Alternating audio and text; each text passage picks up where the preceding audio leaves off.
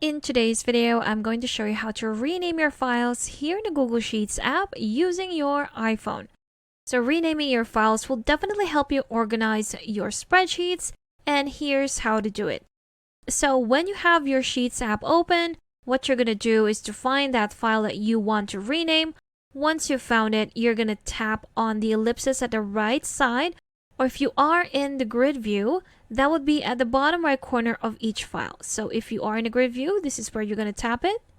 There you go. And if you are on the list view, you're going to tap it here on the right side.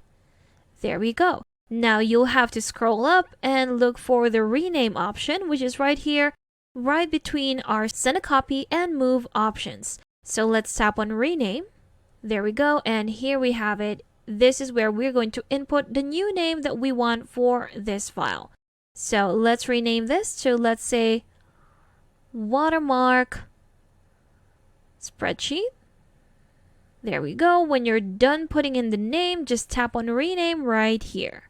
And there you have it. We've successfully renamed this file right here.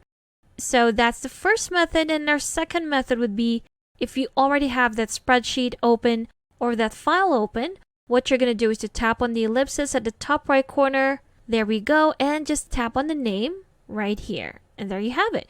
You can do the same thing. Just type in the name that you want for this file, tap on rename, and you are done.